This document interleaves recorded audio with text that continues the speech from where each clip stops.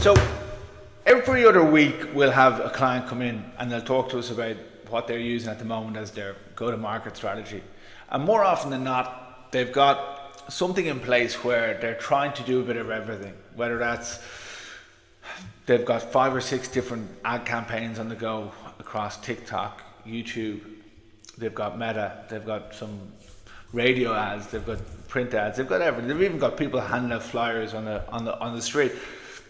That doesn't happen that often. But anyway, they're a bit of a jack of all trades approach. And the problem with that is that it's A, very expensive, but B, it's kind of diluting your message big time. So in order for you to really resonate or to be able to in order for you to be able to get your message across, you need to know who you're targeting. And so we'll always start every single client onboarding will start with determine their ICP and get the most accurate ICP we can for that client, for that product. Once we have that, we can reverse engineer backwards from there. So you go, okay, well look, this is their target audience. What's the best way to communicate to that audience? What's the best messaging to use? What problem is it solving for that audience? Not a case of, oh, well, it does this, it does that, it does this. It does a bit of everything. You know, most businesses or services can shoehorn or crowbar their product into several different use cases.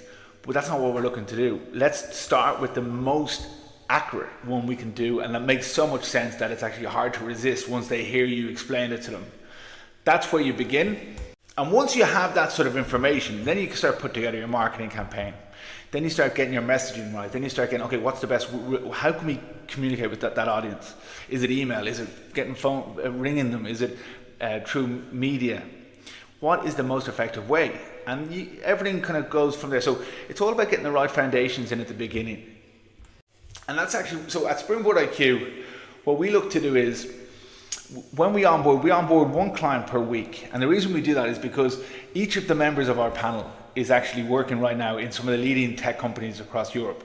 So we don't have a huge amount of time with these each week. So what we try to do is we try to keep it to 2 meetings per week where we'll sit around and brainstorm different ideas for that one client.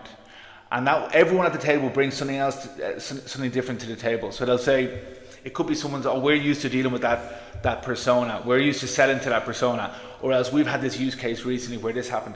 Or someone might have an introduction they can make for the client. So many different things are at play.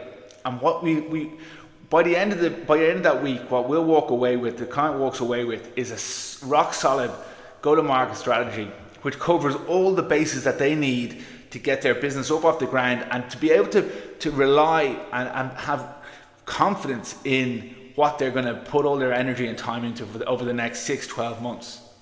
Because one thing's for sure, most startups, they're going to have a huge amount of moving pieces. You might lose leadership members, teams, part of the leadership team. You might hire someone to look after your sales, that mightn't work out. You might have a sales rep come in, that mightn't work out. So you're going to have all these different moving pieces.